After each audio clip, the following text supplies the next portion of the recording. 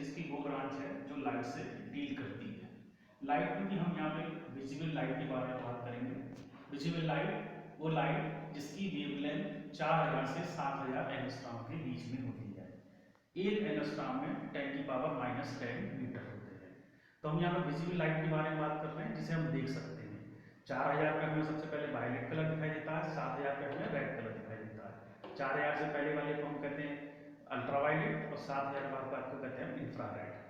तो लाइट को समझने के लिए हमें सबसे पहले क्वांटम थ्योरी पढ़नी पड़ेगी। तो यहाँ पे आता है प्लांक्स क्वांटम थ्योरी। तो प्लांक नाम के साइंटिस्ट ने कहा जो आपके लाइट रेडिएशन है वो कंटिन्यूस ना होके बल्कि इस ऊर्जा के छोटे छोटे पैकेटों के रूप में होता है। एक फोटोन, एक जो है पैकेट जो ऊर्जा है उसकी एनर्जी उसको हम कहते हैं फोटोन, और एक फोटोन की एनर्जी होती है E = h म्यू जो है फ्रीक्वेंसी है। तो लाइट है, लाइट की वेव वेलोसिटी होती है c, तो म्यू की जगह c/λ या तो E = h म्यू और या E = sc लैम्डा। h को हम कहते हैं प्लांक कांस्टेंट, जिसकी वैल्यू होती है 6.6 × 10⁻34 joule second. c velocity of light जिसकी वैल्यू होती है 3 × 10⁸, लैम्डा वेवलेंथ जनरली लाइट की 4000 से 7000 एंगस्ट्रॉम के बीच में होती है।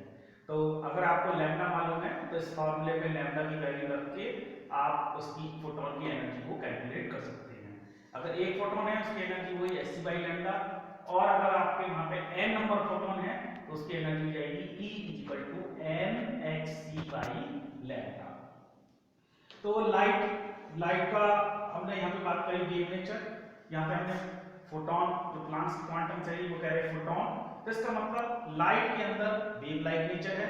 वेव लाइक नेचर से कुछ फिनोमेना जैसे इंटरफेरेंस, डिफ्रैक्शन, पोलराइजेशन जो यहाँ पे हम जानेंगे उनकी स्टडी करी गई। पार्टिकल नेचर जिससे फोटोइलेक्ट्रिक इफेक्ट स्टडी करा गया।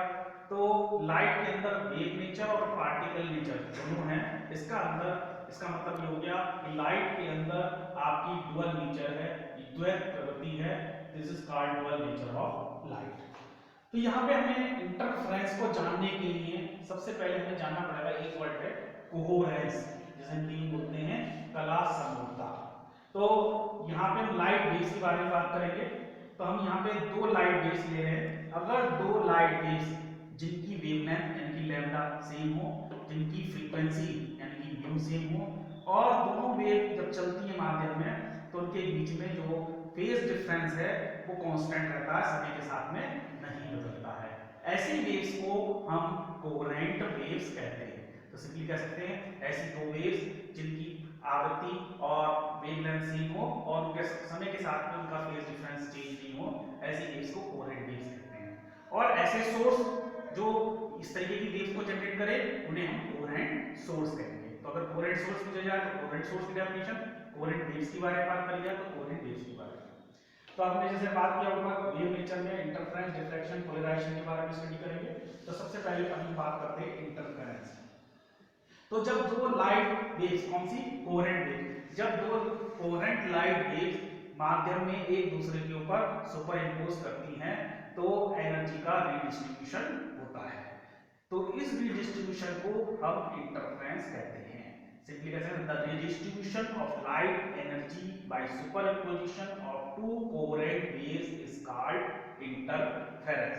तो क्या देखा गया, अगर हम किसी पर्दे पे इंटरफेरेंस पैटर्न लें तो कुछ पॉइंट पे लाइट की इंटेंसिटी बहुत ज्यादा हाई हो जाती है, कुछ पॉइंट्स पे लाइट की इंटेंसिटी बहुत कम हो जाती है। तो जहां पे लाइट की इंटेंसिटी बहुत ज्यादा हाई हो जाती है उसे वहां पे कहते हैं ब्राइट फ्रिंज बनना।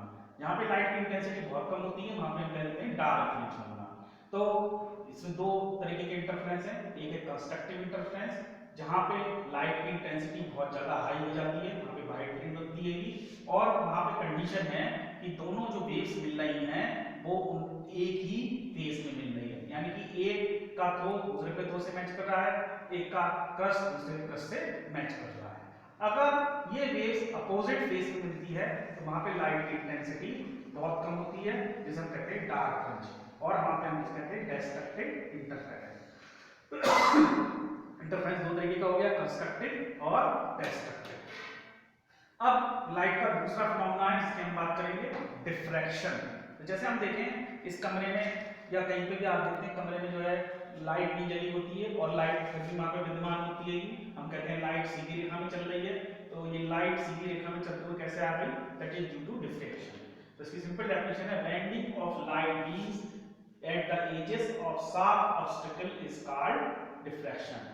लाइट का तीक्ष्ण अवरोधों के किनारे पर मुड़ जाने की घटना को हम डिफ्रैक्शन कहते हैं। जैसे कि इस कमरे में मान लिया लाइट आ रही है, तो वो आपके जो है खिड़की दरवाजे जैसे शार्प अवरोध है वहां पर आपके मुड़ के आ रही है। तो यहाँ पे हमें कमरे में जो है डिफ्रैक्शन पैटर्न नहीं दिखाई दे रहा, क्योंकि वहां पे कंडीशन है the size of the obstacle should be of the order of wavelength of light, that is 4000 4000 to 7000 angstrom. अगर हम इसे लेबोरेटरी के अंदर अपना एक्सपेरिमेंट परफॉर्म करते हैं तो हमें इस तरीके से स्क्रीन पे ये धब्बे दिखाई देते हैं।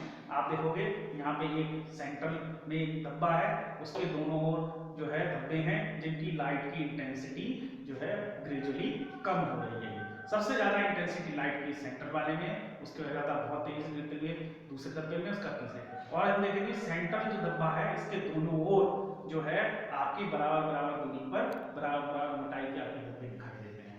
तो जो सेंट्रल धब्बा है इसको हम बोलते हैं सेंट्रल मैक्सिमम, इसकी इंटेंसिटी सबसे ज्यादा हाई है और आपकी इंटेंसिटी कम होती चली जाती है। मैथमेटिकली जब ये लिखा गया अगर सेंट्रल धब्बे की इंटेंसिटी आई नॉट है तो उसके बाद जो पहला जो धब्बा दिखाई देता है, स्पॉट दिखाई देता है, उसकी इंटेंसिटी आई नॉट अपॉन 22 होती है।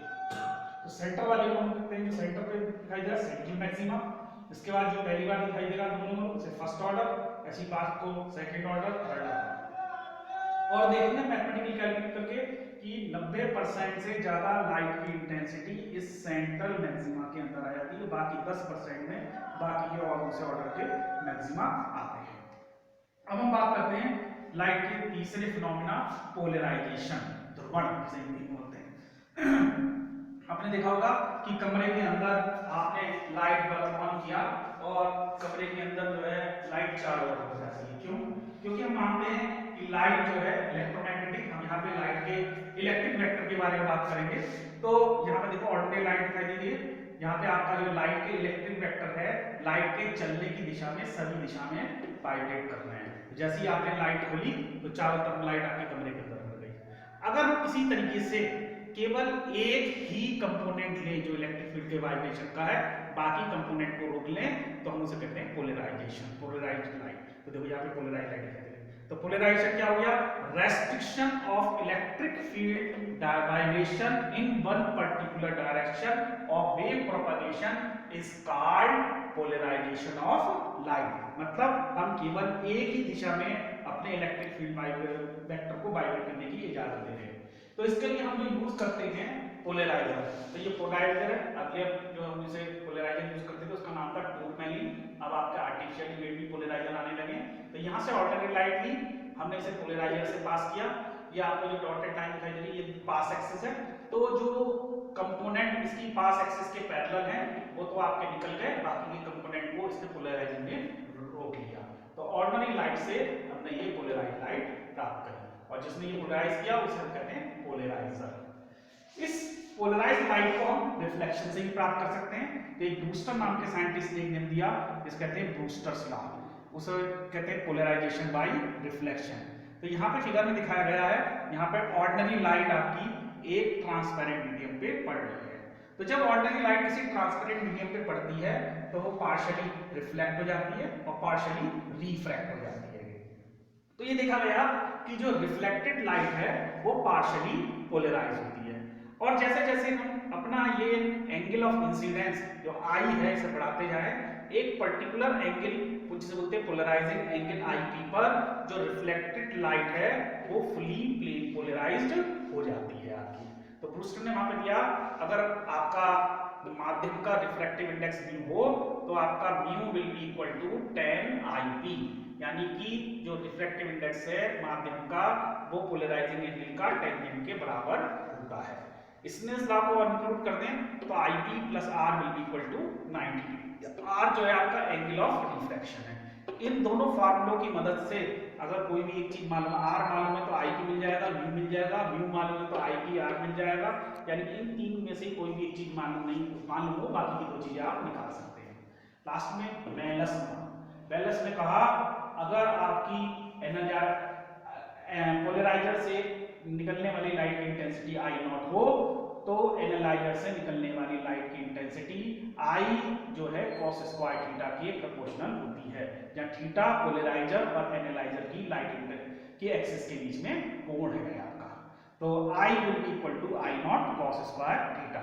यहाँ पे दिखाया गया है कि पोलराइजर से निकलने वाली लाइट के वेक्टर देखिए बड़े हैं और एनालाइजर से निकलने वाले के वेक्टर छोटे होंगे। जैसे जैसे cos का एंगल बढ़ता जाता है आपका जो है cos थीटा का मान जो है कम होता जाता है, यानी कि I की वैल्यू कम होती जाती है। तो इसके ऊपर बेस आपके न्यूमेरिकल प्रॉब्लम, यहाँ पे 3 फार्मूले पड़े, E equal to SC by lambda, दूसरा mu equal to tan I की I plus R equal to 90 और तीसरा I equal to I naught cos square theta. इनके ऊपर बेस आप न्यूमेरिकल प्रॉब्लम सॉल्व कर सकते हैं। Okay, thank you.